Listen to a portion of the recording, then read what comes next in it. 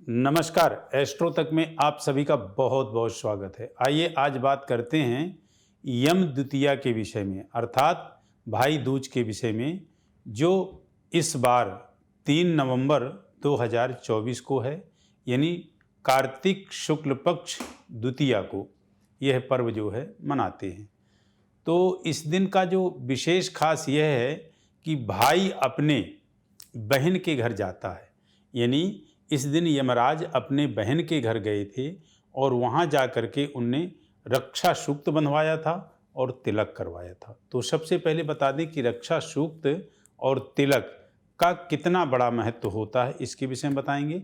दूसरा ये बता दें कि ये जो आपकी तिथि है, आपकी जो यम द्वितीया है, यानी जो द्वितीया तिथि है, यह आपकी 2 तारीख को यानी 2 नवंबर को रात को 8:21 से लगभग प्रारंभ हो रही है और यह 3 नवंबर को रात्रि 10:07 तक है। तो कहने का तात्पर्य कि कहीं कोई कंफ्यूज होने की ज़रूरत ही नहीं है। यह आपका त्यौहार 2 नवंबर को नहीं, 3 नवंबर को, यानी भाई दूज जो आप यह पर्व मनाएंगे वो इस बार 3 नवंबर को मनाएंगे। क्यों? क्योंकि यह तिथि 2 तारीख को रात्रि में प्रारंभ हो रही है, तो इसलिए इसका कोई अपना महत्व नहीं है। एक बात ये। दूसरी बात यह है कि आप के यहाँ जब भाई आता है तो आप उसे तिलक करती हैं और रक्षा सूक्त बांधती हैं। तो सबसे पहले तिलक का महत्व बता दूं। तिलक के विषय में कहते हैं, चंदनम तो महत् पुण्यम पवित्रम पापनाशनम आपदा हरते नित्यम लक्ष्मी तिष्ठति सर्वदा। जो चंदन लगाता है, तो चंदनम तो महत् पुण्यम, चंदन जो लगाता है वह विशेष महान पुण्य का कार्य करता है और पुण्यकारी होता है।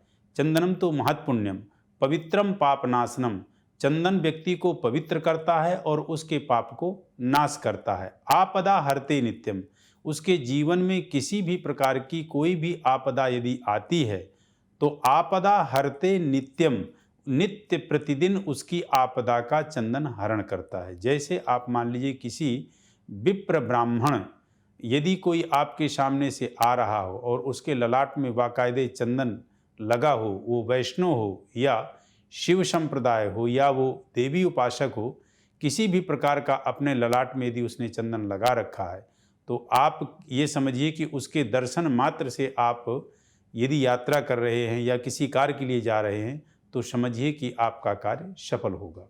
तो चंदनम तो महत्पुण्यम पवित्रम पापनाशनम, महान पुण्यकारी वह व्यक्ति कार्य करता है जो चंदन को धारण करता है। पवित्रम पापनाशनम, वह व्यक्ति को पवित्र और वह व्यक्ति को पवित्र बनाता है और उसके पापों को नष्ट करता है। आपदा हरते नित्यम, नित्य आपदा जो उसके जीवन में आती है उसका हरण करता है। लक्ष्मी तिष्ठति सर्वदा, और लक्ष्मी सदैव जो है उसके जीवन में वास करती है। तो इसलिए चंदन लगाते हैं। और कलावा का मतलब होता है रक्षा सूत्र, जो आपके कलाई में कलावा बहन बांधती है उसको कहते हैं रक्षा। कि हमारे जीवन में आ रही किसी भी प्रकार से जो है विघ्न बाधा है, किसी भी प्रकार से हारी बीमारी आदि चीज़ें जो मिल रही हैं उससे हमारी रक्षा हो। तो रक्षा सूक्त वही व्यक्ति बांधता है जो आपको आशीष दे सकता है, जो आपके लिए दुआएं और कामना कर सकता है।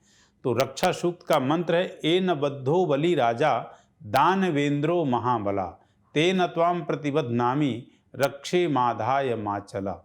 रक्षा सूक्त का मतलब यही है कि भाई बहन के कलाई पे रक्षा बांधती है और उसकी लंबी उम्र की कामना करती है और अपने भाभी के लिए कामना करती है कि उसका सौभाग्य अखंड रहे, वह सौभाग्यवान, वह अखंड सौभाग्यवान हो, अखंड सौभाग्यवती हो। तो इस तरह से यह जो है पर्व मनाया जाता है। और वहाँ पे वरदान देता है यमराज उन व्यक्तियों को कि जो आज के दिन अपने बहन के यहाँ जा कर के रक्षा सूक्त बंधाते हैं, उनसे तिलक कराते हैं, उनके यहाँ भोजन ग्रहण करते हैं, वो व्यक्ति के जीवन में किसी भी प्रकार की अकाल मृत्यु नहीं आती है, वह अकाल मृत्यु से जो है छुटकारा पा जाता है। तो यह पर्व जो भाई दूज का है, बहन भाई के स्नेह और प्यार का है। भाइयों को अपने बहन के यहाँ जाना चाहिए और फिर भाई को इस उपलक्ष्य में यथा श्रद्धा और यथा सामर्थ्य बहन को जो है कुछ ना कुछ उपहार देना चाहिए और कुछ ना कुछ जो है ले करके उपहार बहन के लिए जाना चाहिए। इस तरह से आप मनाएं। यह 2024 3 नवंबर को आपका भाई दूज है। आप सभी इसको बहुत अच्छे से मिलकर के मनाइए और जीवन में आप अकाल मृत्यु से बचें, धन धान्य से परिपूर्ण रहें। इन सब चीज़ों की जो है आपके ऊपर तभी स्थिति रहेगी जब आप इस प्रकार से इस त्यौहार को मनाएंगे। तो आप सभी के लिए कामना करते हैं, आप सभी निरोग रहें, स्वस्थ रहें, धन धान्य से परिपूर्ण रहें। इन्हीं कामनाओं के साथ नमस्कार। अगर आप मुझसे जुड़ करके अपनी समस्याओं का समाधान चाहते हैं और चाहते हैं कि आपकी समस्याओं को ज्योतिष के माध्यम से सुलझाया जाए, तो आप हमसे संपर्क कर सकते हैं, जुड़ सकते हैं एस्ट्रो तक पर।